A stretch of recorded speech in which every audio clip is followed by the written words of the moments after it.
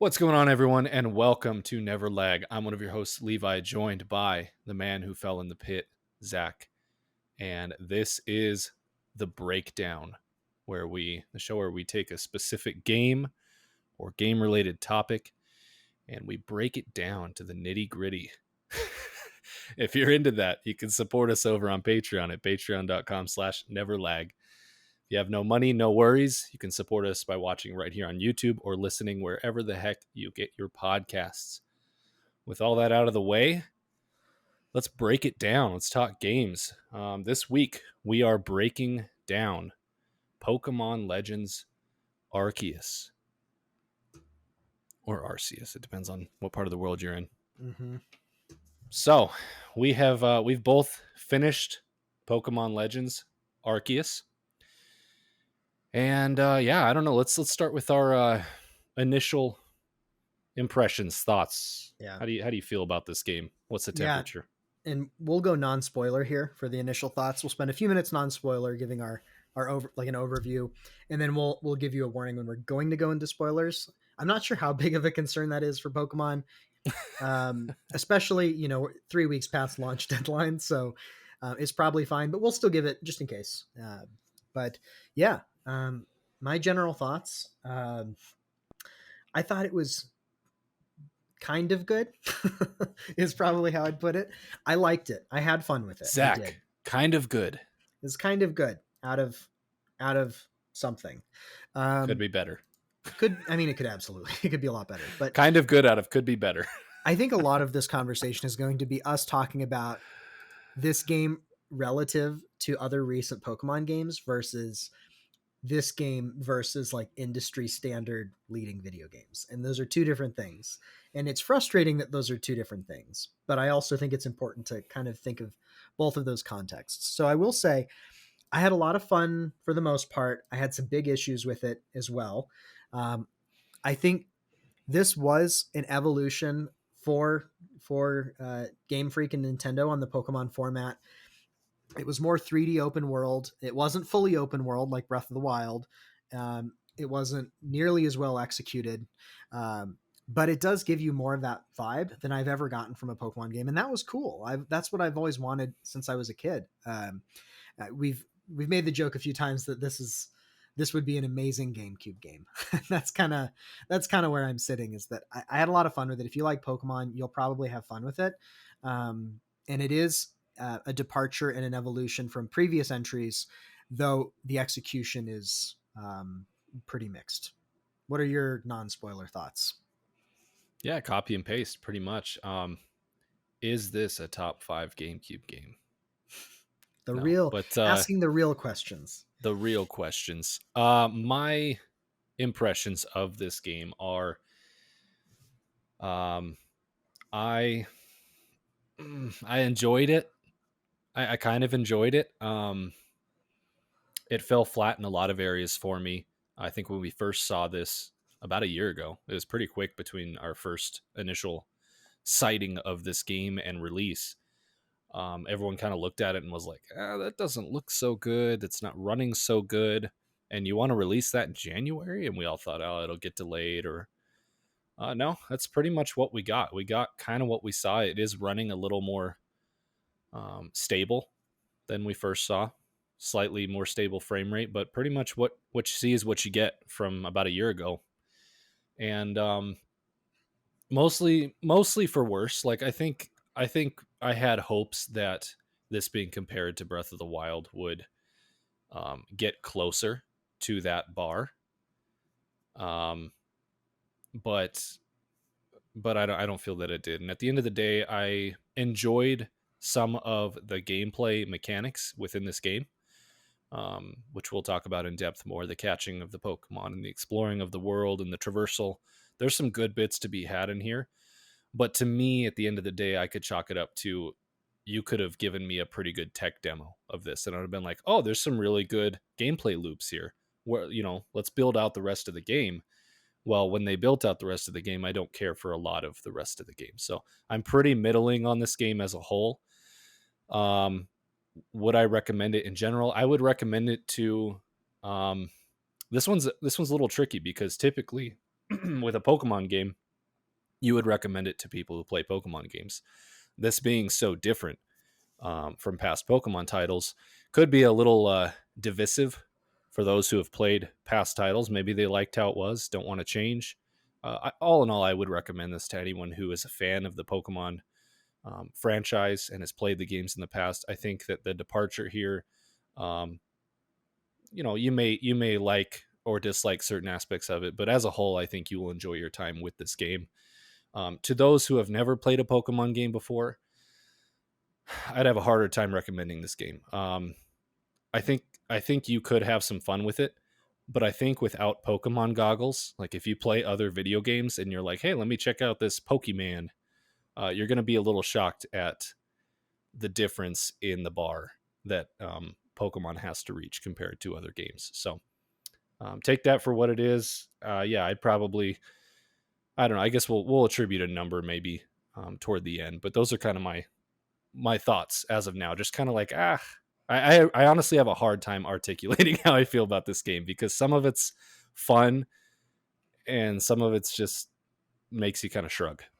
Well, let's dive further into your inability to articulate this game as we break down the nitty gritty. Let's spend another 40 minutes being inarticulate.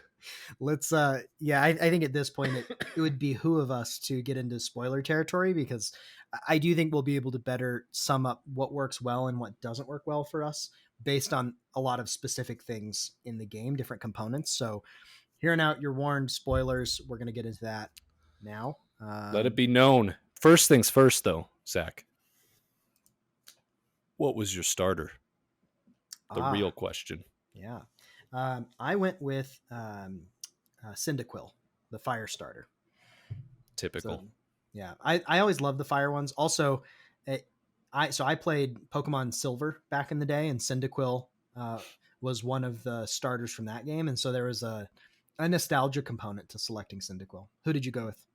I get that. Cyndaquil is a favorite of mine as well. I think he belongs to one of the best generation starters aside from the original. Agreed. I did not pick Cyndaquil, however. I think that Decidueye, like Rowlet, is very cute, but Decidueye, his final form, I'm sorry, I just don't care for it. It's weird. It's very humanoid, and I don't want it to be humanoid, you know? Yep. So I avoided a Rowlet. And then I had known a little bit about the starters going into this and how they were going to kind of have a different twist on their elements in this game. Right. And so I wasn't a huge fan of Typhlosion and his ghost type mixture with fire at the end and the way he looked. So I ended up going with Oshawott, the adorable little, yeah, I liked him a lot. I enjoyed him as a starter. His final evolution, Samurott, is, I think, the coolest design-wise of the three in this game. Mixture of water and dark. So that was my starter. That's who I went with. I wasn't sure right up till release. I was like, man, I know it's not Rowlet, but between the other two, it was a tough call. Yeah, I mean, it's always a good rule of thumb. Any Pokemon that are too humanoid are uncomfortable. It was down to those two starters for me as well. But in the end, I love Cyndaquil, Quilava, Typhlosion, and I liked the different take on Typhlosion well enough. I think I like the original still better, but yeah, I think the starting lineup was pretty good. I mean, 2 out of 3. I didn't care as much. Like Rowlet's a cute starter, like you said, but not the best starting lineup we've had in a game by a long shot, but also not the worst, I think.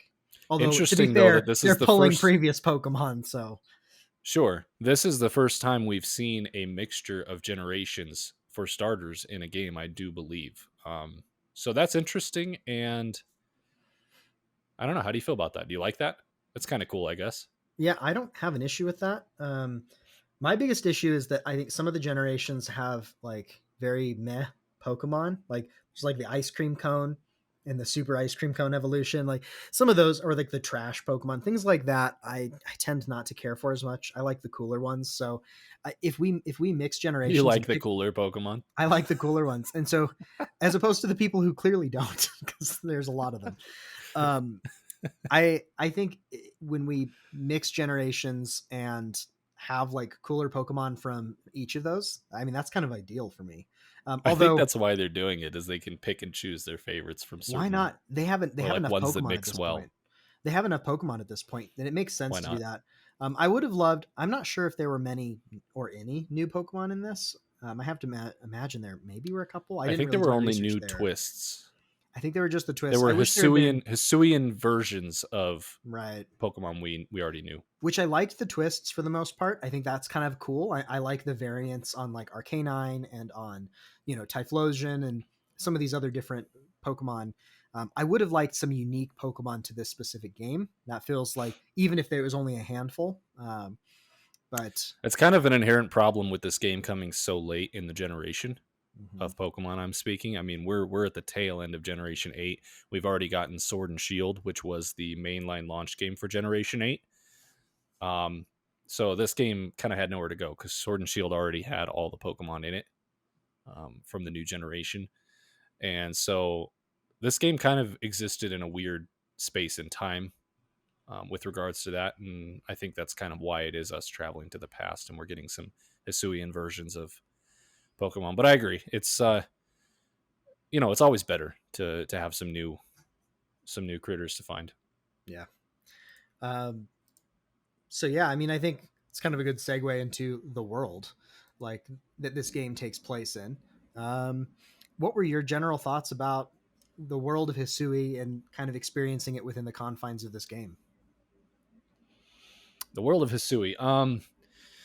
So I was up to launch. We had gotten the Breath of the Wild comparison, just beaten over the head with it. Like, this is going to be the Pokemon Breath of the Wild. As we got within about a month of launch, we started hearing more rumblings of Monster Hunter. And for me, that was a negative. I've had time with Monster Hunter. I enjoyed my time with it. I've actually put more time than I thought into Monster Hunter World.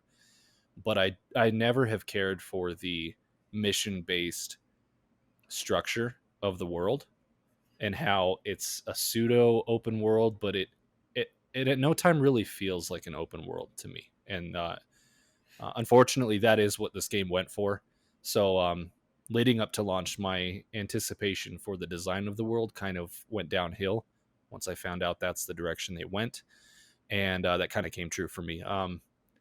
I found the world to be all right. I feel like I'm going to say that about everything in this game. It was all right. I just I don't like mission design. I guess these aren't technically missions. You would go on excursions out of the town. You have your main town hub, and then you would leave the town and pick a specific region on the map you're going to, and you can only explore that region. You cannot go from that region to another region. Um, you can't even do a load screen from one region to another region. You have to go back to town and then to another region, which is just, That was really annoying. it just feels so incredibly archaic in 2022. Like, and then this will be a theme with this Pokemon game and Pokemon games in general. They just feel like they're a decade behind in so many ways. So other than that, when I was in a region, I found the world to be, I will say, slightly better than I had feared. Mm-hmm. It did look like the world was going to be and feel very empty. And that is true in a lot of respects. But it has just enough going on and just enough gameplay mechanics woven into the world that it doesn't feel completely barren. It does feel somewhat engaging. I found a couple of the regions to be a little too samey, but there were some cool biomes and things. I'm okay on the world. How about you? Yeah. Um, I'm okay as well. So when it comes to the structure of the world, I totally agree. I am not a huge fan of the hub based like kind of Monster Hunter style system either.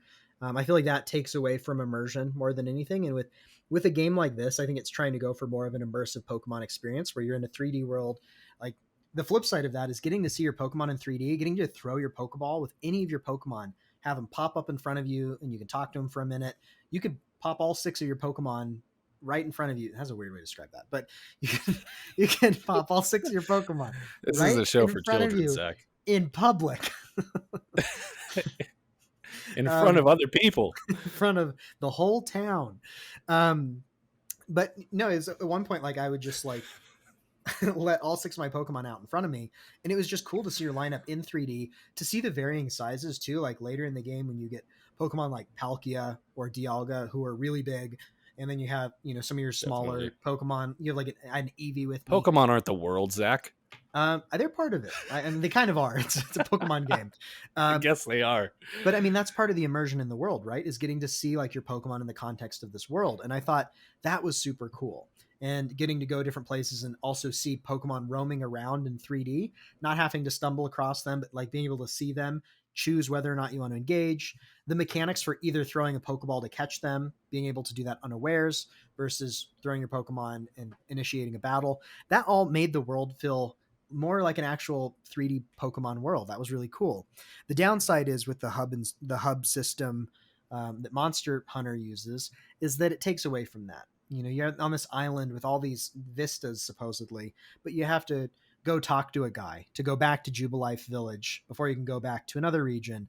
Um, Also, like if there are some, you can sometimes go into certain areas like caves or down the path that leads you back to Jubilife Village, but you can't just run through it and then it initiates a load. You like are running frozen in place until you hit A to enter, and it's things like that. Like you said, that feels more than 10 years old to me. Like some of these things feel 15, 20 years old. um, is it the end of the world? No, but there's a lot of things like this that add Should up it to this be? experience. Maybe. um, should it end the world as we know it? Yes.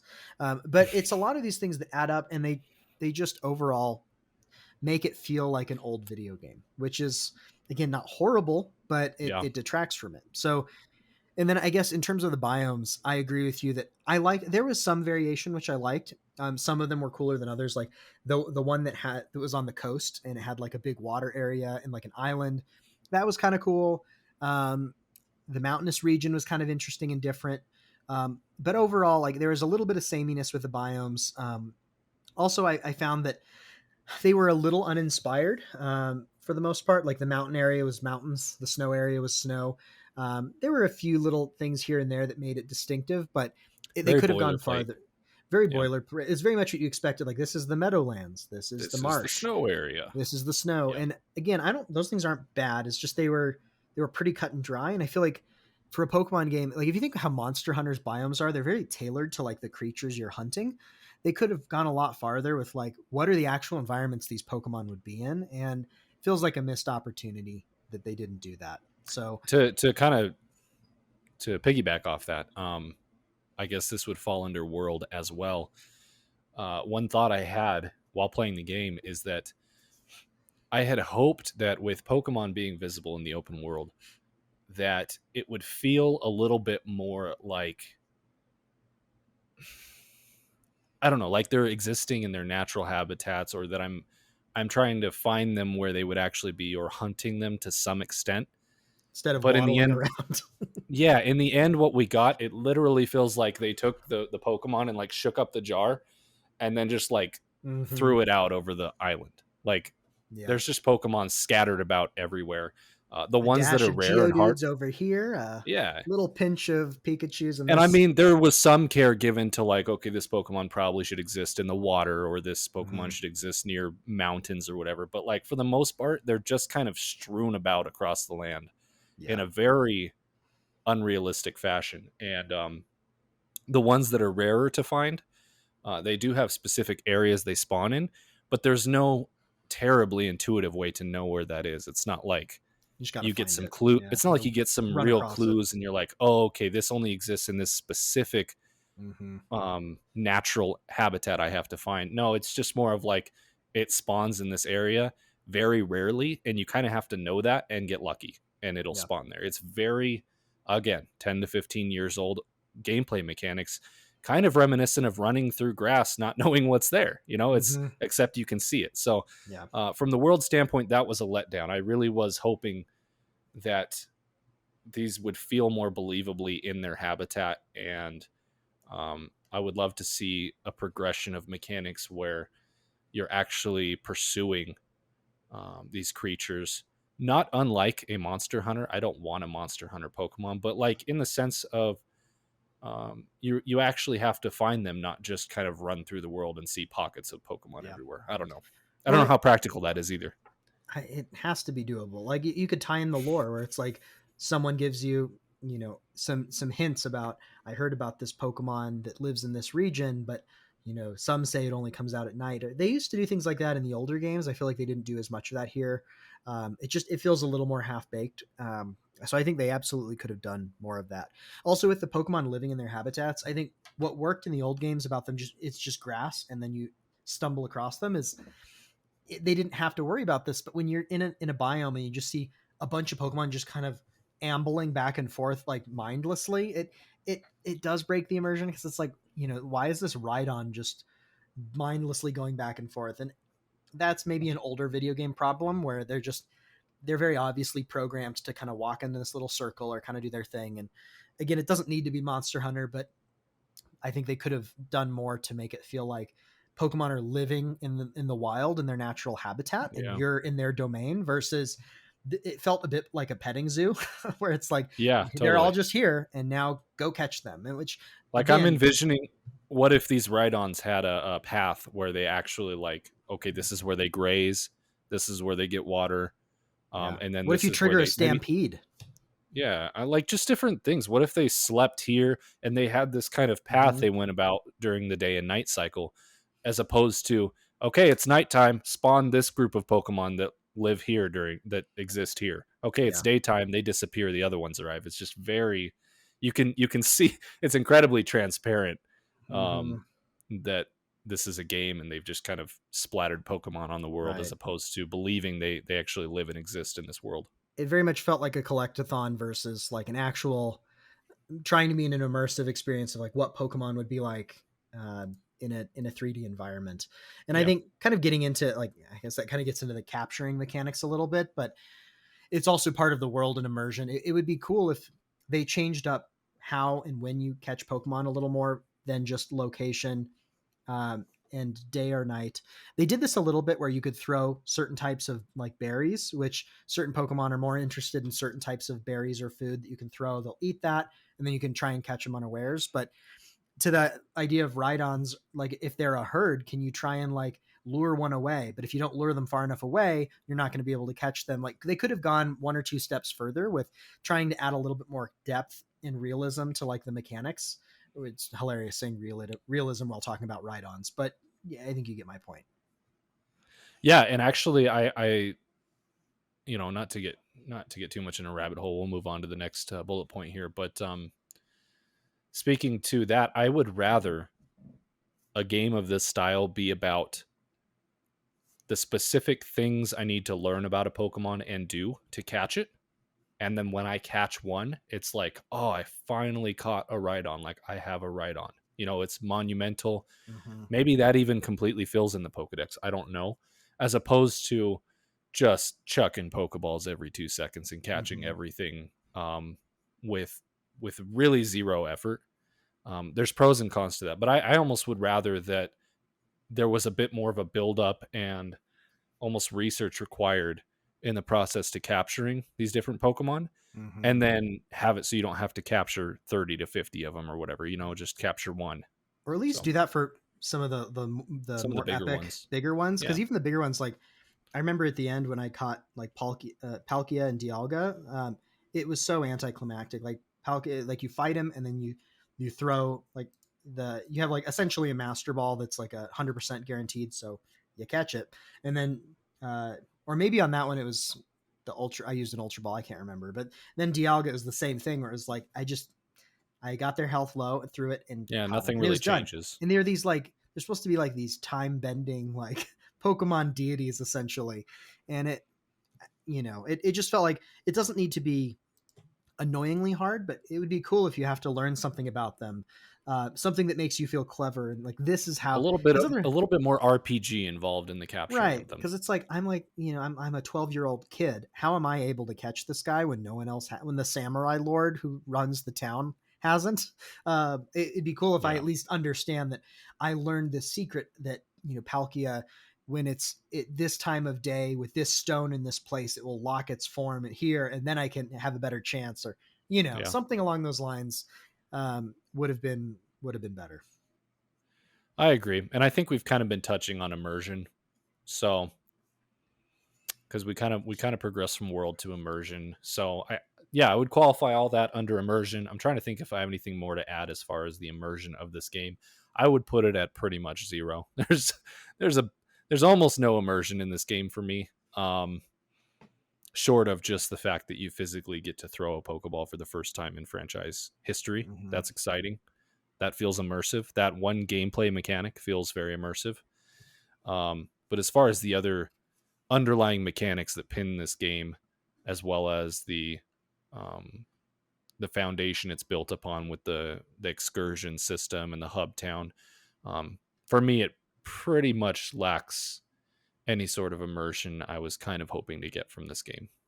This is where we get the difference between comparative to like the industry standard or comparative to other Pokemon games, because I felt some immersion, but it's based on my previous experience with the franchise, because it's been like kind of top down for the most part for a while, or at least kind of isometric. The 3D, even though it was like a hub system, there were some areas where I'd get up on a mountain peak and look around the biome I was in, and that felt cool, and it felt a little bit immersive. I remember one of the experiences I had, I was like in one of the earlier regions, but I found my way up to a mountain peak and I see a Gyarados like flying in the distant sky. And later, once I had a flying mount, I like went and found where that was. And there were some moments like that that were actually really neat. There weren't Which a what whole was lot that of them. about? Can Gyarados fly? What I have was no idea. what was I wasn't going that? to say anything because I don't want to anger Pokemon fans, because I'm just I've assuming never Gyarados heard can it. fly. When I saw that, I was Or there was like, a "Is this?" bug. I thought it was a glitch. Yeah, Yeah. I was Either way, like, "Why is he not?" it was kind of cool, like seeing this dragon thing fly through the sky in the It was distance. so Like, immersive watching this water serpent fly through the sky. hey, Gyarados is a dragon. That so there were some moments like um, that I thought were really cool. But overall, I think there were enough issues and detractions, and some of the old feeling of the game. A lot of things broke immersion very frequently. So for the most part, I didn't feel super immersed, even though I was having fun. Um, but there were a few moments like looking out over these vistas that was cool, and it just makes me wish that they had committed more to that, because they totally could have. It feels like if they had given an extra year or two to this game, this could have been something really cool. And I would guess that they went with the hub system in part because it was faster to implement. You don't have to design all of the in betweens of the world. You can just have your set biomes, and you'd have to transport between them. So I think those are some things that they could have gone farther on. Yeah, I would agree. I think this game didn't get the time or resources that we would have all hoped, and because of that, or in spite of that, I think we got a pretty good experience for that being the case. But it kind of begs the question: why weren't they confident enough to put more time and resources behind this? Was this really a test run? I feel like it was abundantly clear that this is kind of the direction people want things to go in. So I don't know why we had to have this beta test of a game. It feels, but um, piggybacking off of immersion, let's head into the most the topic that's been beaten to death, the horse that has just taken a beating, and that is, well, you know what? I feel bad for the horse. The We'll use elephant that won't leave the room. now it's an elephant. No, I was going to use um the replacement, feeding a fed horse. This Mhm. horse is obese. We're going to feed it some more. Is that better? I Feed don't know it. if that's Don't better. feed it. Yeah, it's like it's the humane Anyways, version of that saying. yeah, it's a very long windup to say we're going to talk about graphics and technical performance, which who hasn't about this game. So yeah, you can start on this one. Yeah, I mean the graphics are not good. It's kind of to a shocking degree. Like, we know the Switch is not a super powerful console. It doesn't have the highest resolution. I don't think we're not expecting like a next gen experience for this game, but the quality of the assets and of the world and the landscapes, like this, the joke we made about this being a GameCube game, like this legit feels like a late N64, early GameCube Literally, you could game. take me back in time, put this in a GameCube, and turn it on, and I would be like, yeah, Yeah. Yeah, I believe it. that's that's one of the big problems where it's like, can you play it? Yeah, of course. Is it fun? Sometimes, yeah. But like graphics and the visuals of a video game are important. And like in the day and age we live in, I don't understand how they were fine with it at the level it was at. I mean, if you look at Breath of the Wild's graphics are not great from a fidelity standpoint, but they're super stylized. There's a lot of care put into them. They have the right details and it looks really good. Even like Very visually appealing at the end of the it's day. visually appealing. And I think that's what I was expecting for Pokemon is like, I don't need it to be like crazy graphics, but it should be visually appealing. And like, it's obviously stylized. I don't understand how they couldn't have Yeah. put a little bit more effort into this front, because that broke immersion a ton where it's just like, it looks so choppy, like water at a distance looks like a big pattern, like, Yeah. everything's super fuzzy and grainy. Yeah, I think you probably have more complaints than I do about graphics. Well, I think we're in complete agreement here on this one. I don't know. I've heard a lot of people throwing the Switch under the bus for the way this game looks, and I can't have any of that because, um, I mean, there's games. Breath of the Wild is a game that's 5 years older at this point, Yeah, Breath of the Wild and looks it good. looks and runs better than this Mario game. Odyssey looks good. Like there are a lot of games that Mario look. Odyssey looks fantastic. Yeah, Great there's a lot of looking games game. that look really good. They don't have So to be crazy high fidelity to look good. to blame the way this looks on the Switch to me is a very apologist attitude. I don't know that there really is any excuse for how this game looks, to be quite frank. We have seen in recent years indie teams of 12 or less people put out games of similar scope in 3D that look miles better than this.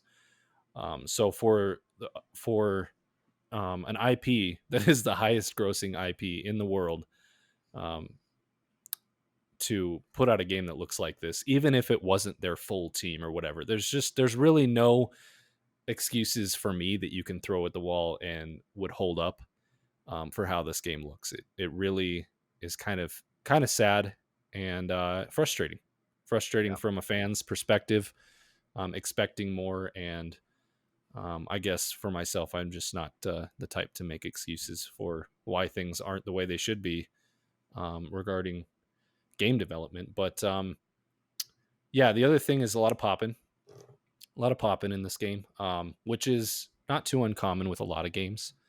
But a game with this resolution and fidelity, it's even more sad to see. I mean, the fact that this game is running at 30 FPS too feels insane to me. That um, we're at this low of resolution and graphical fidelity, and we can only hope to hit 30 FPS on the Switch. I still don't think that's the Switch's fault either.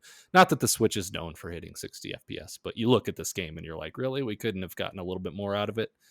Yeah, lots of pop in Pokemon. If they're um, a certain distance away, and it doesn't have to be far, all of a sudden their animations will start to render in 10 frames a second or less. You'll start to watch them like a slideshow. That same Mhm. Gyarados we were talking about, he'll be doing his path around the sky.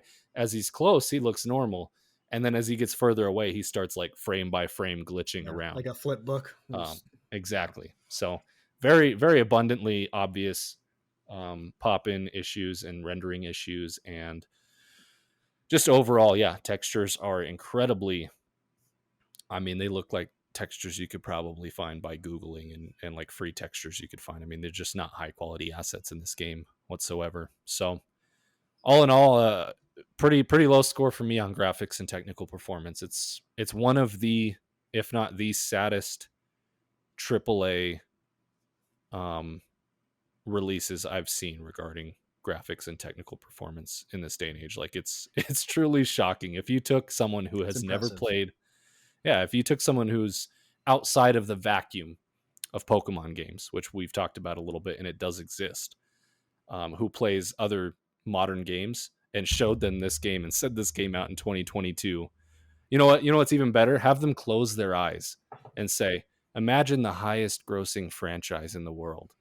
All the money, all the money in the world, the most beautiful game you can imagine, picture it in your mind's eye." And then and then you show them a screenshot of And this then and be like, drop "Was this this clip. Yeah. Yeah, and it's just like Beautiful. it's hard to make sense of the way Pokemon games release. But anyways, that's about as much complaining as I can do about the graphics. I think most of the world has been on board with this game. Does not look great, regardless of what excuses there may be. So, Yeah. Um, I guess also related to the world and immersion, traversal I think is part of that, and so I have some very mixed thoughts on traversal. oh Um, really? Mixed thoughts. Mixed thoughts, Okay. yeah. So I don't know if you want me to go first, or I'm curious to hear what you think Yeah, about I'll traversal. go if you've got Okay. your mixed thoughts. Traversal for me was one of the high points of this game. I thought that traversal, along with, we'll get into quality of life, but just in general, I feel like they made a lot of choices that I wouldn't have expected them to make. Nintendo as a whole is, and especially Pokemon games, they tend to be very cumbersome and weigh you down with just all sorts of things, moment to moment gameplay, lots of repetition and things that take a second or 2 seconds here that really shouldn't take any time at all. I was very glad to see that traversal was instantaneous and effortless. You very quickly, some might say not quickly enough, but very quickly you get your first mount, which is a weird ear, and you're able to ride it around. It immediately opens up traversal, tenfold. You're able to go way faster. You're able to climb up hills you couldn't climb before. And then later on down the line, you get I forget the name, but you're able to climb mountains. I forget I think it's a Sneasel. Um, Assists you in climbing any sort of surface you come up against.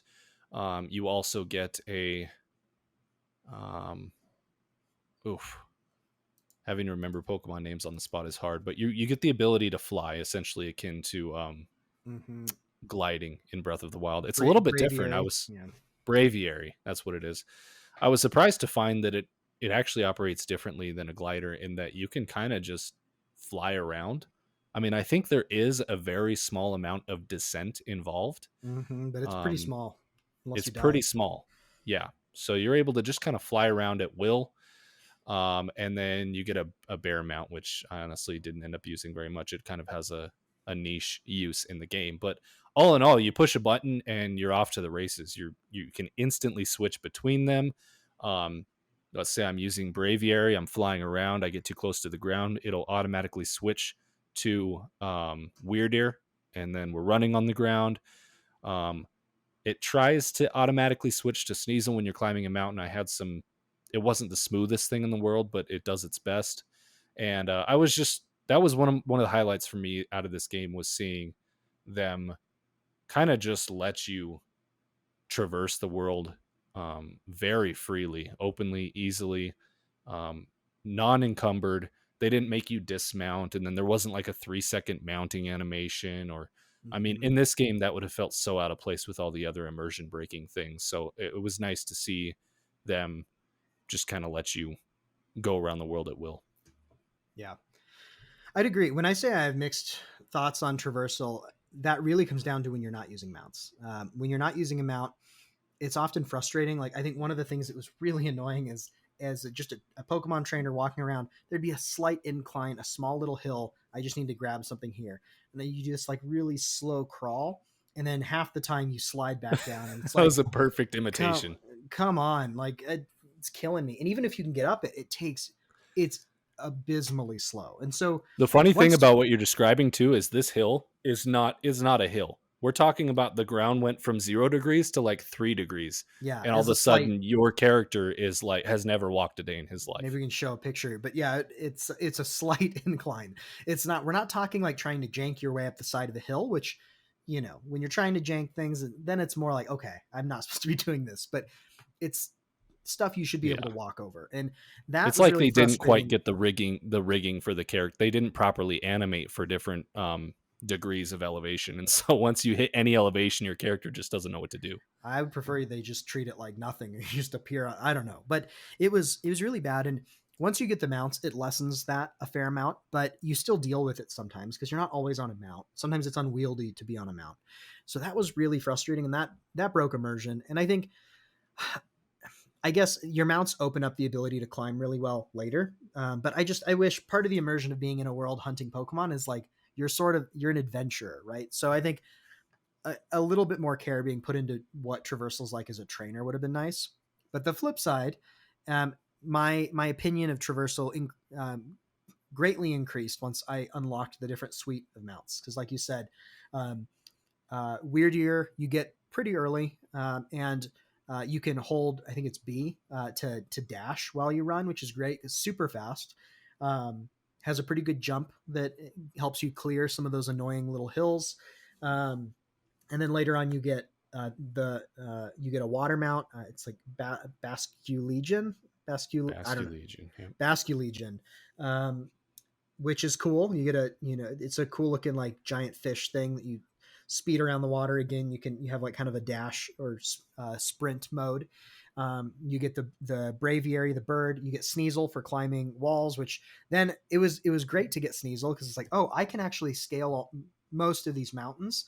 That opened up the world for me quite a bit. And then of course, the bird helps. And I think one of the things I liked best, like you said, was one, it was instant. Like you don't have to wait for an animation. You don't have to like call Weird Ear and wait for him to run to you from down the field, a la like The Witcher 3. So it was nice that was just instantaneous. I don't need that to be realistic. Just get me on my mountain on my way.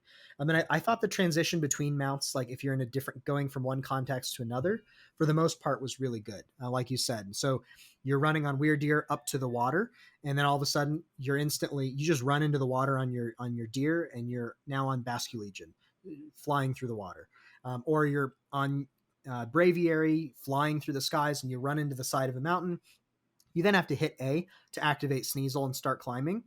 But it was pretty seamless in my opinion. So I think the transition between the different mounts felt, for the most part, really good. And it made me want to go explore the world more. I think had they not done that, I might have given up on this game. But with the ease of traversal, it made me want to go like do a bunch of the different things. So 100%. I Yeah. liked As all of that. as traversal stood at the beginning of the game, I would not have lasted. Mm-hmm. Um, as the trainer, it's pitiful. Once you get your full kit of Pokemon buddies, it does feel as close as it will ever get to Breath of the Wild in this game, because you can Yeah. truly climb anything, jump off of anywhere. The whole world is completely opened up to you, like you said. But Yeah. the And trainer, I found the trainer did not control very well. I yeah. didn't love. It felt unresponsive, and I didn't love a lot of it. One quality of life improvement that was also related to the mounts that I liked is, in a lot of games you can't use your mount in like enclosed areas. Like you go into a cave, you can't use your mount. It was nice, not all of them, but most caves and tunnels you could be on your running mount and go super fast. So Yeah, I was a they little did. surprised to find that too. I expected to not be able to. Yeah, so I think, like you said, they made some quality of life decisions that greatly increased the my enjoyment of the game and reduced a lot of friction that I'm kind of surprised they made, given like their track record. So that was one of those, but I was happy with that. Okay. Um, Any other quality of life improvements over previous games you want to call out? Traversal clearly was one of them. I'm trying to look through here because I know there were some that aren't coming to mind at the moment. There yeah, were actually quite a few in this there game. were quite a few. One of the big ones for me is uh, a lot of times like you'd have a side quest where someone's like, I wish I could just see Roselia or some random Pokemon. Can you show me? And one of the things that this annoys me in games in general, but it's like I have this Pokemon, but they're back in the computer, and the computer is however far away. It sucks to go to the computer, swap out your Pokemon, come back, show them, go back to the computer, swap them out. What they did is, if you had that Pokemon, they just let you show the person even if they're not in your party. So that was great. A lot of times, accessing your Pokemon in those types of contexts was super seamless. For the most part, inventory was pretty easy as well. Yeah, that's Um, what I was going to say is the inventory. I was trying to think of other examples as I'm looking through this. But inventory as a whole was not cumbersome. I mean, they allow you a decent amount of space once you upgrade it. Anything that you mhm, find that well, if you pick it up in the world, it's different. But anything that just would automatically go into your inventory, but your inventory's full, will be sent back to your stash, where you can pull from later. Crafting things on the fly, they give you the ability to do. You don't have to run back to town to craft things or mhm. whatever. That would have been such a pain. But you can just right in the field. You can craft whatever you need: potions, Yeah. pokeballs, all different types of things You instantly. can bulk craft. Crafting is super easy in general, which was nice. Yeah, Which I liked because not all games do that. Like I loved Animal Crossing's New Horizons. I played it 2 years ago now, but it's like in Animal Crossing you have to craft everything individually. It's just like kind of a nightmare. Whereas with this, yeah. I That want to game's craft actually kind of the poster child for quality of life, lack of quality of life that right. Nintendo kind of is known for. And so yeah, you could craft 30 Pokeballs instantly, and it was super easy. Yeah. So I think they did, all in all, they did a good job with quality of life in this game. There weren't too many instances other than story, which we're about to get into, where I felt quality of life could have been improved from a gameplay standpoint. So Yeah. let's talk a little bit about story. What were your thoughts on the story content as well as delivery? Um, yeah, that's a. It's hard to tell how I feel about the story content because the delivery was The pretty delivery is poor, so bad. in my opinion. Yeah. Um, I don't know that I loved the content. The content was okay. I thought I think it was serviceable. it was serviceable. I thought it was kind of interesting. I wanted to know like why did I get teleported here from a hole in the sky? What's going on with these different tribes on this island? Why Um, can't any of these incompetent people catch like baby Pokemon right? Why are they so scared of anything? of But Rowlet? Yeah. it was mildly interesting. But the delivery of the story made it not worth trying to care about. It was very old school, like bunch of people in a room talking like bubbles of text over and over, like one sentence per bubble, spamming the A button, just bloop, bloop, bloop, bloop, bloop. And to the point where it's like there were sometimes interesting things happening, but I got so fatigued sitting through these sequences that I was just like trying to get through them as fast as possible. And then later I'm like, I Yeah. don't know what's going on anymore, but I don't really care. And I wanted to care. Like I like story in my games. I like lore. I like character moments in games. So it was just the style of delivery was exhausting and not engaging at all, and that was frustrating. I know that wasn't really the point here, but I just if they could have toned that down or made story a bit more enjoyable, Concise. it would have helped the immersion. It would have made me Yeah. care more about everything, and it would have made me less annoyed because it's like you have these big chunks of like fun gameplay broken up by like 20 minutes 40 of minutes 40 sometimes. minutes something just like spamming the A button to get through. Yeah. And it's annoying too because sometimes you'd be like in a location where it's like go talk to the commander, and you go and then they're behind a desk and you just trade bubbles for 5 minutes, and then it's like well let's go talk to this person in the other building. Then Yeah, you go to the other building and they do the same thing for 5 minutes, and it's like well let's go back to the commander, and it's like we really couldn't have wrapped this up in one location or something like yeah. yeah. What about you? I completely agree. Nauseating delivery of the story. I don't know if we're into what is this 19.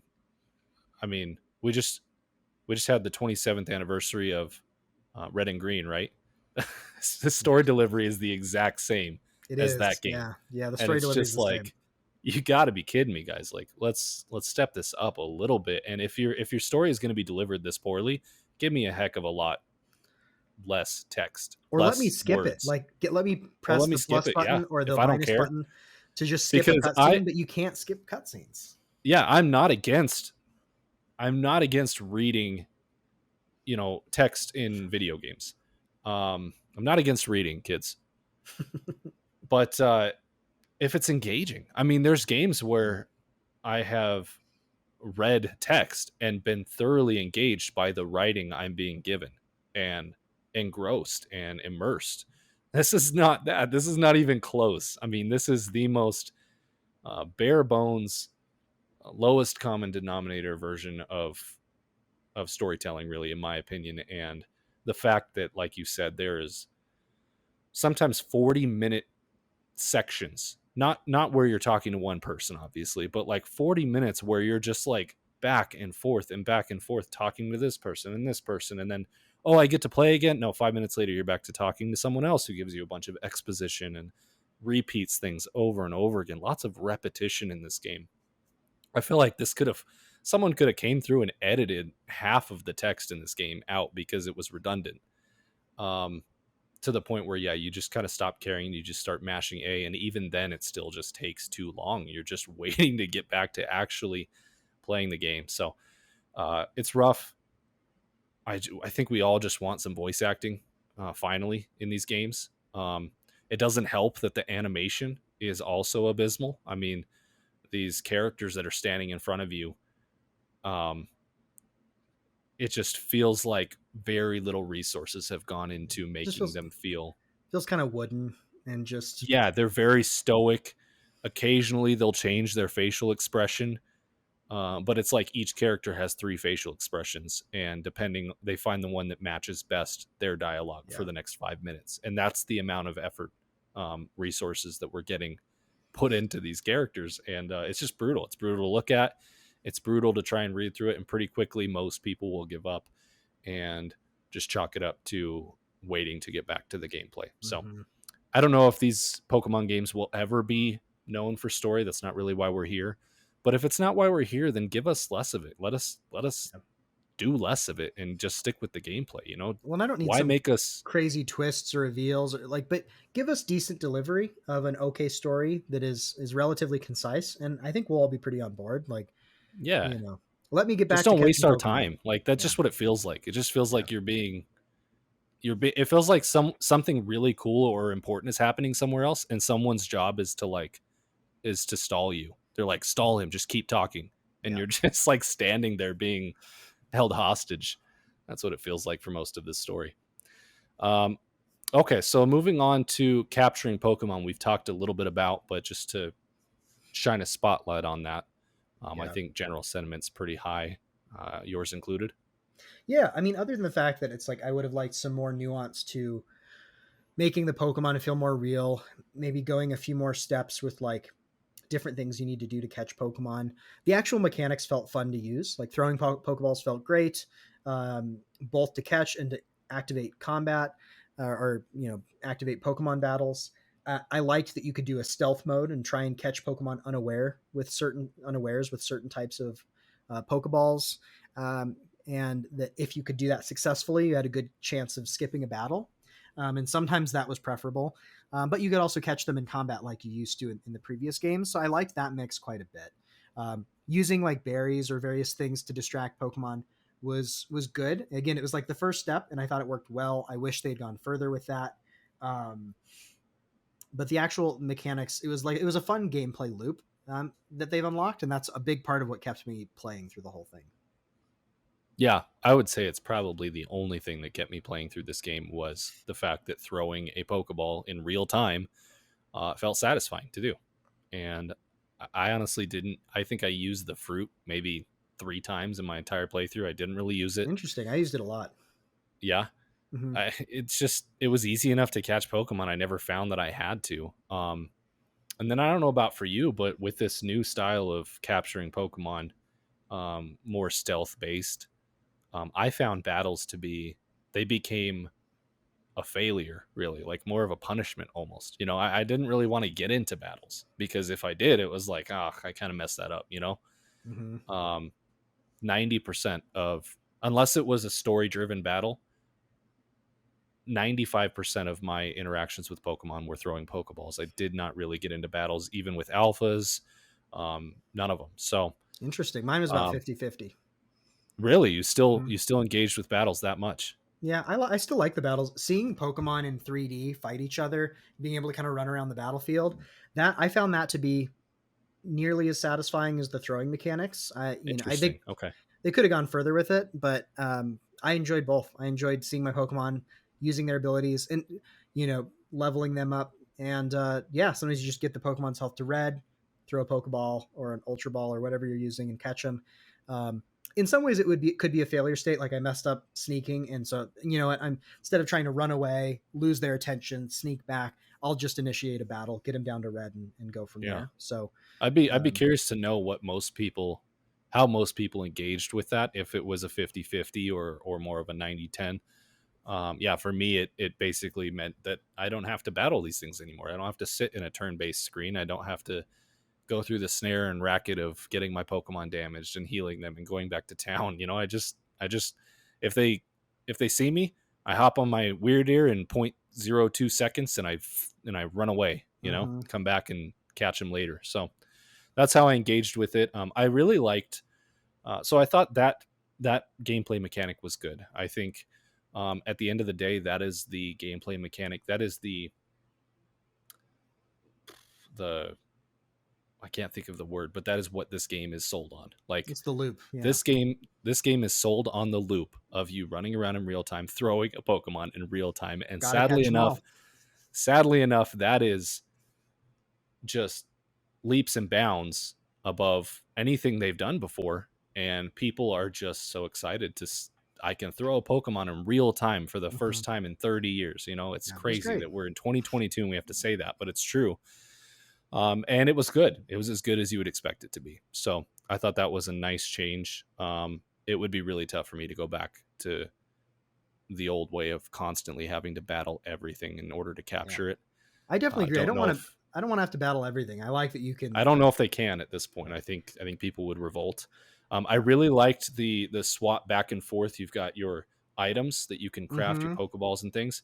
I love the quick swap between that and your Yeah. Pokemon party, and the Mm-hmm. way that they use that to gather resources. I thought was very Intuitive, very easy. intuitive, very Yeah. intuitive. Like it worked. It was moderately immersive, but also incredibly easy. There was no cumbersome nature to it. You Mm-hmm. just switch to your Pokemon, and I thought there would be some nature of, oh, this type of Pokemon can do this or that, which maybe would have been cool from an RPG standpoint. There's pros and cons, but no, literally any Pokemon, regardless of whether it makes sense, can Mm-hmm. mine ore or get fruit from a tree. Yeah. So you just throw them at the tree, and you don't even. This was something I forgot from Quality of Life. You don't even have to stand around. You don't even have to be bothered. Mm-hmm. You throw your Pokemon at the tree, and you can be full sprinting the other direction. Your Pokemon will come back to you with the fruit that was in the tree.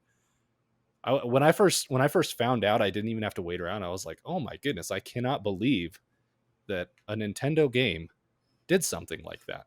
Because yeah, all the time I'd throw it out and I'd be a mile down the road already by the time the animation was over. So I thought that was the entire throwing mechanic between throwing your Pokemon out and throwing Mm-hmm. Pokeballs, fruit, various items, worked very well. I I agree. kind of I kind of wish that there was an easier way. I wish they had added a trajectory line or something, because unless you are targeting, the way this works is that if you're close enough to a Pokemon, you can hold the left bumper and it will target them.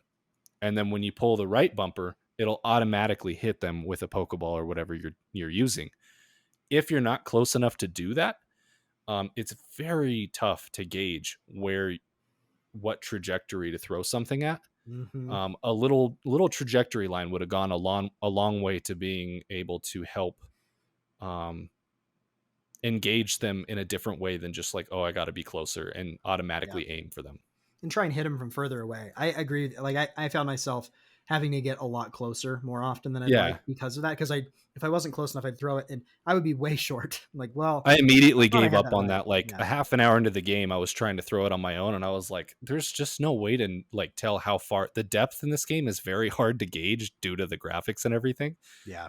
I would constantly overthrow or underthrow by like a lot, and I gave up on that immediately. So, the Pokedex. We've talked a little bit about the starters and the Pokedex. What are your thoughts on the offering this time? Yeah, I mean I guess there's two parts of the Pokedex. One is the availability of Pokemon, which I thought was good, not great. I kind of feel like they're going to add DLC so that you can get more down the line. So the offering itself of like which Pokemon are in the Pokedex, that was just good. It was okay. It wasn't amazing, but it wasn't bad either. There were some cool ones in there from a few different generations that I liked. What I liked about the Pokedex, and I think this is kind of related to the capturing mechanics we've talked about, is that instead of just capturing them and then you know everything, I did like that you have to try and like hit these different achievements with them. So, how many times do you see a Pokemon use a specific move in Yeah, battle? How many times do you defeat a Pokemon or catch a Pokemon? Or how many alpha Pokemons do you of this type have you caught? And like filling out those check boxes in like the little journal, trying to get to 10 points, which means you've completed the entry for a given Pokemon. that was like a really nice way to add depth to the Pokedex. So it's not just like, okay, yeah, I have it. Um, I, I enjoyed that overall. Like I can think of some ways I would like them to have gone a little further, but in general, I thought they did a good job of like evolving and making that a more robust system. Like the Pokedex is the whole way you catalog the core conceit of the game, which is catching them all and learning about them. Right. And I thought this facilitated that more, and so I liked it a lot. Yeah, I would like to see them iterate on that, but I did like to see the RPG style of um, really fleshing out the Pokedex, making it feel like you're actually researching. This is kind of the other side of the coin where I talked about I kind of wish you had to do more research and there was more weight placed on catching a singular Pokemon. Well, this is the other side where it's like you catch a million Pokemon all the time, but have you seen them do this? Have you caught them in this way? All these different conditions that equate to you better knowing this Pokemon, filling out the Pokedex, which essentially doesn't do much. Well, it does for the core progression of the game. You have to fulfill certain requirements in the Pokedex to increase your ranking to progress the story. But beyond that, it really just increases your chances of finding a shiny version of the Pokemon in the wild, which I think is all fine. I think that was well done. I thought the Pokedex were for the style of game that they chose, where you're just chucking Pokeballs left and right and catching 40, Shinxes or whatever. I thought that it added meaning to that. There was meaning behind catching your 12th Yeah. Zubat or whatever, which is good because otherwise that would be incredibly tedious to continue to see them and come across them. So it Mm-hmm. was good they did that. As far as the actual list of Pokemon in the game, I'm pretty middling on that as well. Like I lukewarm. Like I thought it was good. There were several that I liked to see. This is a very subjective thing. I mean, everyone Yeah. likes different Pokemon for different reasons, nostalgia or whatever it may be. There were some I wish that were here. All in all, I don't really have any complaints. I wouldn't rave and say it's the best collection of Pokemon we've had in a game. Um, I'm looking here at my final party that I have here. I got. I don't know if this was the case for you, but towards the end of the game, I pretty much devolved to just using. I'm spacing the word for All the the alphas. legendaries are The alphas. alphas. Okay. Alphas and legendaries, because this is a bit of a side tangent. I felt like the leveling in the beginning and middle parts of the game were very good. Like Pokemon leveled up at a good clip, and towards the end game, Slows down a your lot. your Pokemon you're using 24/7 cannot keep up with the Pokemon you're catching, and I found that to be a problem. Even my starter, Samurott, he is the second lowest of my current party, despite using every single piece of candy or whatever I had on him, and using him in through the entire game. He's still the lowest by the second lowest, and most others are 5 to 10 levels above him. So that was a little frustrating, but yeah, my final party was Machamp, Lucario, Garchomp, Samurott, Palkia, and Cresselia. And there were definitely some cool ones in this game. I enjoyed my party, and there were a few others that aren't here that were really cool. I did like, you kind of touched on this earlier. I love how over the top in size the alphas are. Some Mm-hmm. of them. The first time I got an alpha, I think it was the Machamp, and I threw it out to collect fruit or whatever. It was like as tall as the tree. And I was like, what in the Awesome. world? When all the other ones are kind of like, same height, maybe half your height. Yeah. It's hilarious to see the discrepancy in size. But I love that they did I did found that that. entertaining, Same with genuinely. legendaries too. Like when I first got Palkia and threw Palkia out, and I was like, this thing's huge, and that's great. It should be. Like I'm just kind of surprised that they did it, but I'm happy that they did it. Um, I would Yeah. agree with you. The later game leveling went really slow, and I switched a lot to like the mostly legendaries. I think my final lineup was Palkia, Dialga, Cresselia, Regigigas, Typhlosion. Um, oh man, I'm spacing on. I think Basically all the legendaries you get at the mostly end. legendary is my starter, and then what's the electric cat guy? Now I'm spacing on his name as well. Oh, Shinx's Shinx. final Yeah, Shinx's final form was also in my final party. I liked him a Let me lot. find him. He stuck with me, even though I can't He was remember. one of my favorites from the early game. He didn't make Yeah, it to the end with me, but he made it the majority of the game. I he also made it. really like his design. He made it the majority, and I ended up bringing him back just because he was really fast. Um, and I needed a Thunder type. Although later game, I also got an Alpha Electivire. Luxray. Luxray, that's it.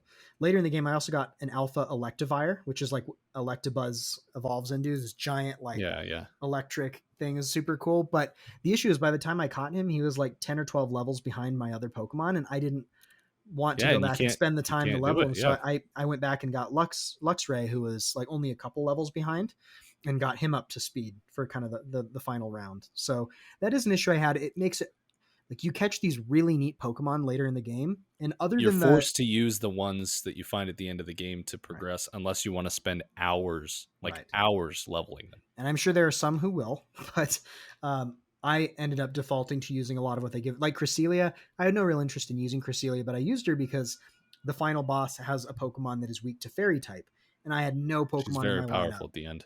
And that Cresselia has some Fairy type moves that was necessary for a party. So that Pokemon was in my final lineup, even though it's not one I was like particularly thrilled about. Yeah. Agreed. So did you ever end up finding the Garchomp, the alpha Garchomp in the snow area? Not the alpha one. No, I So the got. alphas spawn at specific levels, I'm pretty sure. Like Mm-hmm. each alpha is kind of predetermined in their level. Garchomp is the highest level alpha. He spawns at like 80 something. Yeah, I did And not so find him. Jeez. he was one of my carries because I don't even have a single other Pokemon that's in the 80s. Mm-hmm. I didn't have So I any went when and I beat it. I didn't have any yeah, Pokemon in the 80s. so I went and caught him because I was just like, man, I can't level up enough. Anyways, bit Mm-hmm. of a side tangent there, but moving from Pokedex into combat, we've talked a little bit about. Do you have any specific thoughts on how combat's carried out? It's a little different. It's fairly similar. It's a little different from past Yeah, games. it was different enough for me. I don't hate turn-based combat if everything else is working for the most part. I always liked Pokemon's core combat loop, even though it's dated. I thought this changed up enough other things where you could see your Pokemon in 3D. The animations were better than I thought they were going to be. It felt more like what Yeah, it felt kind of like Pokemon Stadium days, where it's like they had back on the N64, they had the Pokemon Stadium game where you could see Pokemon in 3D battle each other, and it looked so much cooler, but it wasn't like an actual game where you went out and explored the world. And I always wished you could merge the two. This felt kind of like that. So it was good. I think they could have gone further. I would have loved it if they would have found a way to modernize the turn-based system, maybe more like Final Fantasy VII Remake or something like that. So they could have done better. I don't think they knocked it out of the yeah. park, but I thought they We're like did. 20 years away from something like that. Right. I thought they did a decent job, and it was enough that I, for the most part, enjoyed combat. The animations were cool. The creatures, it was cool to see the different sizes and to be able to kind of run around the battlefield a little bit. All of those things made it a fun experience for me.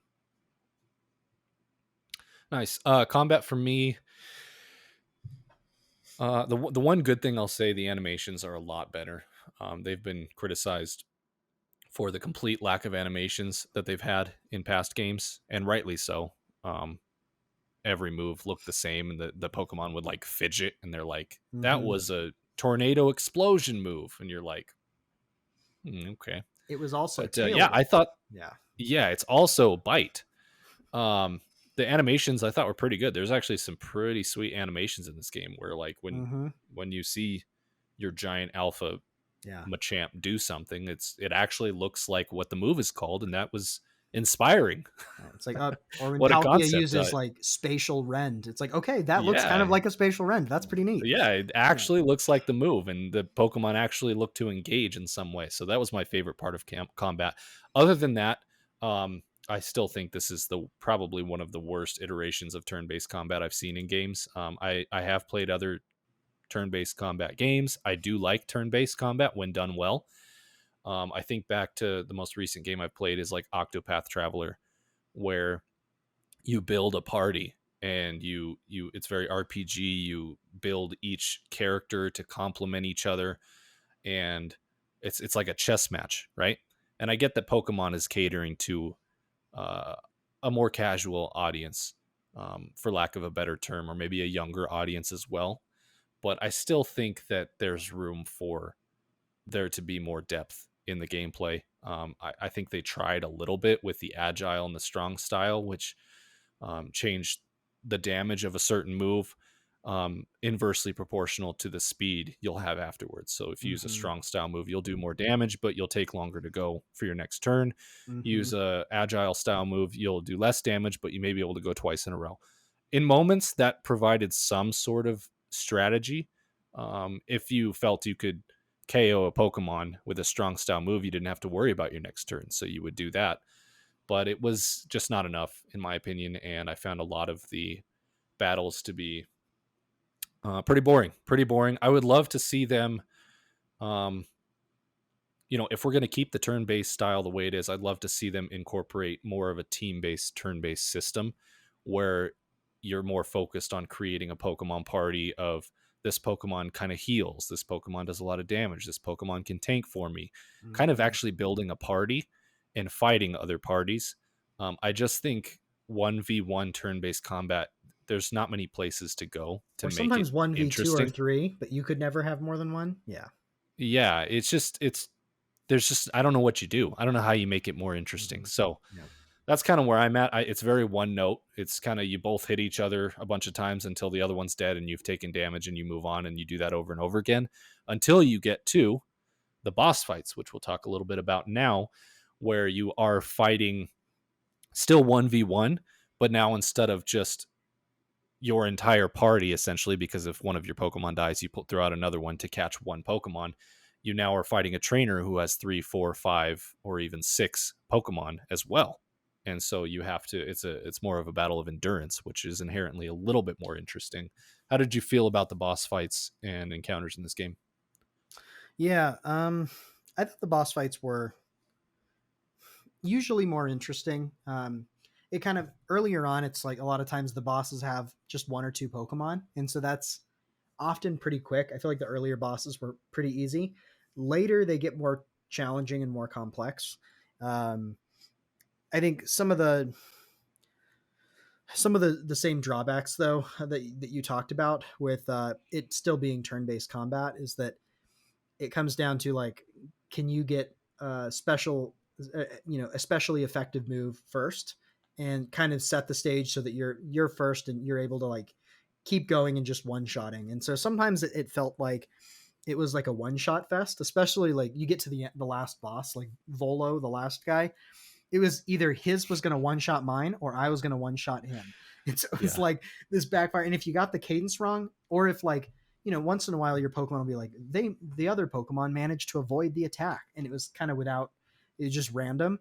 Sometimes that would happen and throw off the cadence, and my Pokemon would get one shot first. And it's like, all right, it's over. I need to restart because of how it went. So hmm that was kind of frustrating. I could talk a little bit more about the last boss and some of the frustrations with him, but um, that's kind of my general sentiment. yeah. I mean, let me start off by saying Volo sucks, man. Hate that guy. Um, Same. it's kind of funny because Pokemon gets thrown under the bus a lot for being a game where you can face roll through it. You can just face roll, just like put your face on your. Obviously, you don't play with a keyboard, but that's where it comes from. You just roll your face on a Mm-hmm. keyboard and you win the game, right? Which is true. It's often too easy.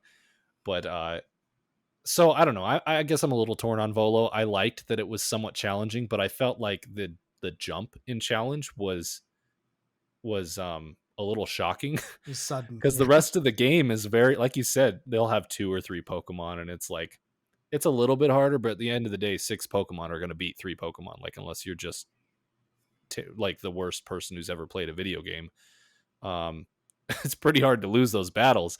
And then you come up to Volo, who is the I don't know if you would call him the true final boss. I mean, he's not Arceus, but he's the true final Battle, trainer I think, or boss, trainer battle. Yeah. trainer battle. And man, he is just like he's got his 6 Pokemon, and you're like, okay, this is tough. This is Yeah. tough, but you get through the 6 if you've leveled up enough and you have some decent guys. And then all of a sudden, here comes a secret 7th Pokemon, legendary. And man, that if that doesn't wipe your team out, which I think it did the first time for me, I barely got Me through the too. first 6. And so then I was like, okay, I have to beat 7. Lo and behold, you beat 7, and he does the old Dark Souls trick where his health bar comes back and he's changed forms, and it's Yep. truly 8. And the final 2 of the 8 are this immensely powerful legendary Pokemon who can go half invisible and dodge all your attacks. And it's just like, And are super effective against everything that you've had so far. yeah. And then also restarting the fight is very cumbersome. It's Yeah, not because fun. there's a bunch of that spamming like story Yeah. stuff you have to get through, and you can't skip it. So you spend 5 minutes getting back into the fight. Yeah, And you have to start, don't you have to, am I remembering this wrong? You have to start, you have to go back to town, or you have to reload the save, or something is the quickest way, right? yeah, I would reload the Because if save. you die, you go back to town anyways. So Yeah. the closest, you can't respawn near the boss fight. You have to respawn in the region of the boss fight. And then you Mm-hmm. have to run like through a couple loading screens to the top of the mountain to get to him. It's very like, Yeah. I just would, Dark when I Souls lost, 1, where you're I would just just like, good close my grief. game. I would just close. I had a save right Yeah. before him. I would just close the game and but then you have to Yeah. wait for like Pokemon to reload on the Switch. So That's the lesser of two evils. So anyways, forget Volo. That guy is the worst. yeah. Speaking to a little bit more about combat in general, but pertaining to boss fights that I found more frustrating once I reached a wall, kind of like Volo, is that you said it was kind of this dance of one shots. And the whole agile strong system, I felt kind of fell apart when Pokemon were being one shot so often. I would feel that, okay, I have the next hit, even though he died because I used an agile move. And then he would throw out a new Pokemon and it would go first. And I couldn't really make sense of, it felt like the system fell apart when a Pokemon was KO'd, if that makes sense, Mm-hmm. like it just threw all of the previous agile, strong, like timing out the window and Yeah. just started Yeah. Exactly. fresh. It throws off your cadence. Yeah. And so you're Yeah. like, oh, I'm going to go first. And then you don't, and you get killed. And it's just, Right. And it doesn't it feel just good. and a lot of times because there's that random element of like if your Pokemon happen if they happen to avoid your Pokemon's attack, which once in a while can happen for no reason, it throws off everything. And then with Volo in particular, his final legendary Giratina, she has an attack that basically will either one shot or almost one shot any of your Pokemon, and makes her obscured so that she's like a 50-50 chance to hit her. Yeah. So you really need like 4 of your Pokemon with full health going into Giratina at Yeah. least, because you have to kill her, know you're going to miss 1 or 2 attacks while she basically one shots you. And she'd like one shot you and then become obscured again. It was just like, oh my gosh, I'm going to ram my head into the wall. So that was Maybe not the absolutely most fun. frustrating. So yeah, I would say the combat for me was not great. It was a step It was above the mixed. story. Yeah. It was a step above the story for me. A lot of these boss fights, it beats, repeatedly pressing A to skip dialogue, but Mm-hmm. not by much. Even during the boss fights, I was kind of just wanting to get back to roaming the world, which is kind of what this entire game comes down to, in my opinion. It's the gameplay loop of roaming the world and catching Pokemon is fun. Everything else I felt got in the way of that, and I was just kind of waiting for it to be over. Yeah. So I mean, it's tough because I think without battle, I feel like it's missing something because we've had games where you agreed. just catch things. Yeah, And it's part of the fun of having a Pokemon is I want to use it in battle and use its cool abilities. So there was some of that completely agree. satisfaction, but I feel like it was hampered by The that. answer is not to remove it. The answer is to make it better. Yeah, So if you you hear remove that, it, the Game game is Freak? worse. Yeah. Yeah. They'll be like, okay, no more battles. We heard you loud and clear. We've gotten rid of battles. Yeah. It's now a Pokemon petting zoo. All right. We're kind of wrapping up here with thoughts. End game content. I haven't experienced the full breadth of end game content this game might have for certain The people. shallow ocean that's there. Yeah. Yeah. I mean, what would you describe as the end game content in this game? Well, it's funny because this game kind of tricks you with the end of the game. Like it'll roll credits before you actually fight what I think is actually the final boss, which is Volo. That's true. I'm Very not even weird. counting Arceus, but it rolls credits. Yeah, Feels like it rolls credits 70% way through the story. Yeah, or maybe And they're just like, 85%. man, our game is long. We should probably roll credits so that anyone who wants out can get out. I'm at the point, and I rolled credits like 2 days ago, and I legitimately cannot remember where the credits roll. But I remember it was before Volo, so that was weird. But I would consider, like, I think there is some after end game It's right content. after. I think it's right after the enraged Pokemon, the final one, right? I think you're right. Which, yeah, yeah. Um, which is I think either Dialga or Palkia, depending on which one you pick. You fight the enraged version, or is there something else? There's another Pokemon you fight. You know what? I have no idea. I I was can't thinking of remember. the snow one, the giant turtle. I can't remember his name. No, he was. Yeah. So here's The the last, I thing. mean, I meant the last one you actually fight with, like the herbs that you throw at their face Oh yeah, as no, a I don't. trainer. It I was thought it after. rolled It right was after after that. that. No, it was after that. But Point is, it's regard very hard to remember where the game ends because it because just it's kind of not really. ends randomly. It's not really like where the credits roll in my mind is not the end of the game. I think the end is after you beat Volo. Um, Avalug. Avalog. Yeah, I think the end is after you beat Volo. And there is end game content after that in the sense of if you haven't completed your, well, you won't have completed your Pokedex. If you catch everything else there is to catch, then Arceus, you can go back and Arceus will appear and you can catch Arceus. Yeah, I Um, agree. which it is something to do. I probably will dip back in once in a while and like try and catch a few things I don't have. I don't know that I'm ever going to catch everything and finish it though. Like that's just it's pretty tedious. Like there are some Pokemon I'd like to try and find Yeah. that I might get back to. So there is some content here. It's nice to have that, but and it would be cool to have Arceus, who's like the titular legendary. But once I do literally everything else, and now I have Arceus. Now maybe there's more here because I didn't truly 100% this game. But what do I do with Arceus then? I guess I just have him. Like You find the shiny version of Arceus. it'd be cool if they had like some type of arena battle system or something else where you could make Yeah, I better don't know. use of your Pokemon. But I don't know. There's some endgame content.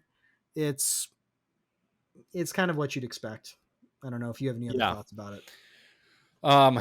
So yeah, I think the credits roll at a very weird time. I think it would have made way more sense for them to roll after Zolo, or what's his name? Am I saying it wrong now? I think it no Every time I Volo. remember his name, it's different. Volo. It's Volo. Zolo Volo. After Volo, I thought would have made a lot of sense, and then it's like, okay, if you want to stick around, complete the Pokedex. The post game content is complete the Pokedex and get Arceus. Fine, it rolls way earlier for some strange reason. I actually thought in the lead up to the end of the story that I was going to stick with this game through the Pokedex. I was kind of like, oh, once the story is done, I can just play the game. I can just go catch all the Pokemon, which is what I'm having fun with. Well, I actually found after I finished the story and all that was left was to complete the Pokedex, I found the fun waned very quickly. I became bored. It became tedious. Um, it becomes a very grindy game where you're just trying to find certain Pokemon over and over again, or Mhm. trying to find this rare Pokemon that only spawns at, arbitrarily at sometimes depending on RNG.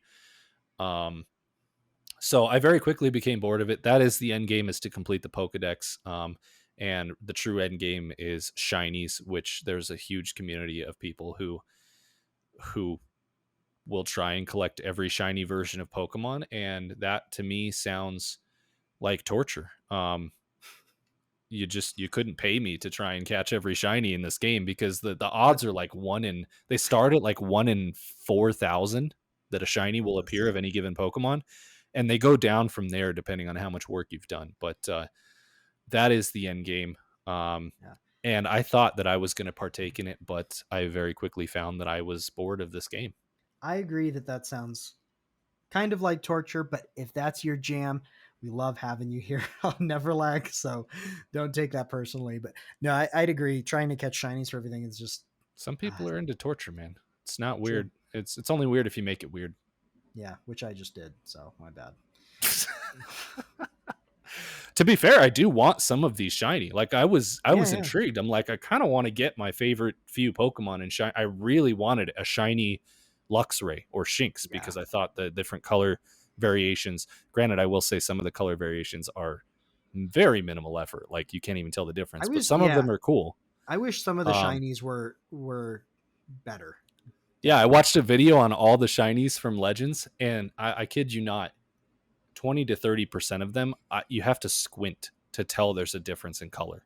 And it's Yeah. just like, when all you have to do is change the color, like, why couldn't you have done something more noticeable? It's just, Mhm. there's no more effort involved. So I thought that Yeah. was a little The ones that surprising. are the ones that are actually like a noticeably different color, I'm cool with Yeah. that. I like that. The ones that it's like barely a shade lighter or darker, but it almost looks the same. Yeah. I just don't understand why they couldn't have just picked like a different color. And the other thing too is that once I was kind of trying to see, okay, what's this process like of this whole shiny thing that people swear by, I very quickly found the fastest way to do it are to find what are called outbreaks. And that's Mhm. where certain regions will have an outbreak of a specific Pokemon, and you go there and there will be 10 to 12 of them. And as you capture them, they will continually respawn. There's maybe 20 to 30 in total, right? And so what you do is you save in town, and whenever you load up a region, it loads whatever Pokemon are going to be there.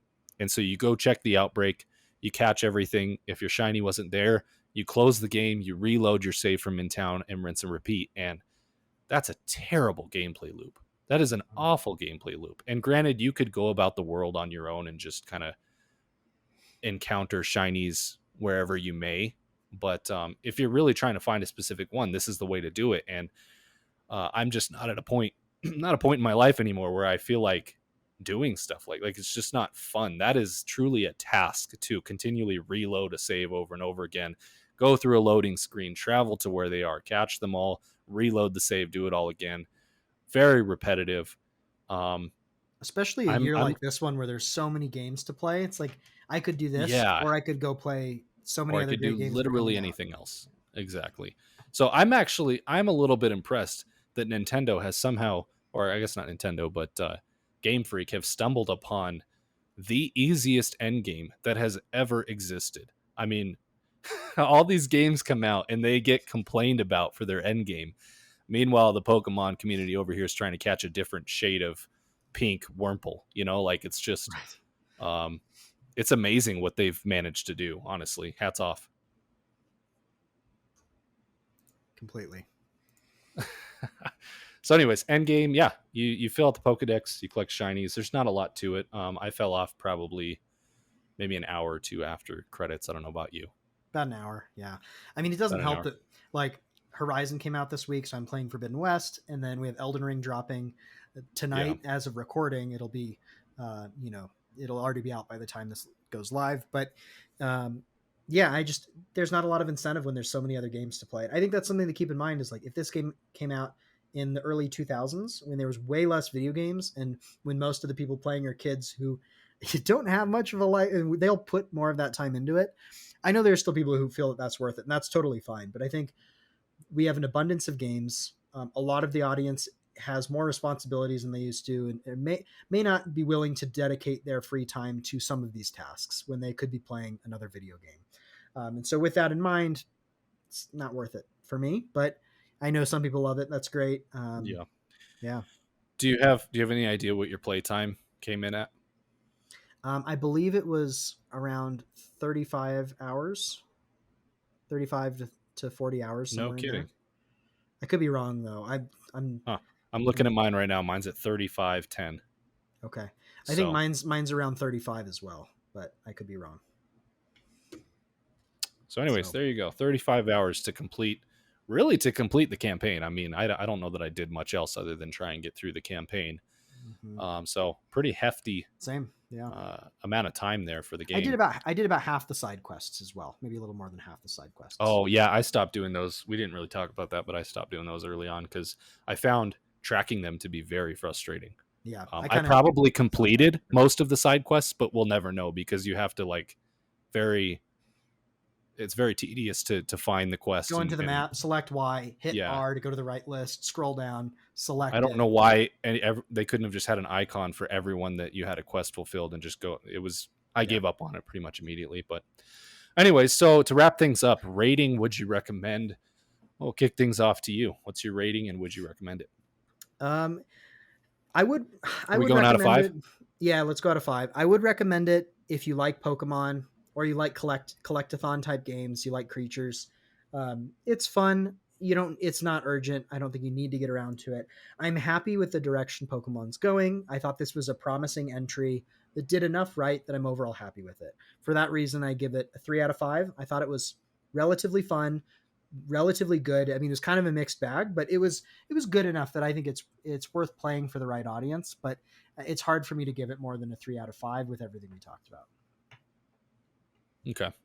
What about you? For myself, I guess at the end of the day, I wouldn't recommend it based on how I feel. There are people who will enjoy this. That's why games are made. There are people who this will be their game of the year. But personally, I feel that this is a forgettable and passable experience. Like, it's not a must play by any means for me. If you have to choose between this and other games throughout the year, I would. This would be one to drop in favor of others. So from that standpoint, I wouldn't really recommend it. It would be kind of like I would recommend it if this looks like what you're into, which is pretty much a cop out for a recommendation. But other than that, I would say no. I would say your time is better spent elsewhere unless you really, really love Pokemon. For a rating, I guess we need to decide if we're doing half points, because I really want to give it a 2.5 is where I'd That's stand. fine. If it's I think not, halves is fine. Yeah. because if it's not halves, I'd have to go down from there. I don't think it's a 3. So we'll say 2.5, which brings our total to a 5.5 out of 10. So not sterling. A little above average. A little, yes, 5 is a average. I don't know smidge if that's above true. average. Yeah, I mean 5 is the median, I guess. There you go. Maybe not average, a So little above median. There you have it. If you listen to an hour and a half of us talking about Pokemon, well, either what Zach said earlier in our earlier podcast, you've fallen in love with us, or you might actually like Pokemon. So if you're still here, maybe you should go play it. Maybe I would recommend it to you. If you've made it to this point, you either should go play it or you're hate watching it. And yeah, or that, yeah, or hate watching us. It could be that as well. So yeah, we'll never know. Unless so anyways, you this leave concludes comments that you're hate watching. Yeah, Maybe tell us how do much that. you hate us in the comments below. We're really bad at this. That concludes our breakdown of Pokemon Legends Arceus. But don't be sad, because we are always on the verge of another breakdown. I promise you. Yeah, remember you can support us over on Patreon at patreon.com/NeverLag. And you can also support us for free right here on YouTube or wherever you listen to your podcasts. Like, share, comment, subscribe. All that stuff goes a long way. And we appreciate you. We'll catch you next time on NeverLag.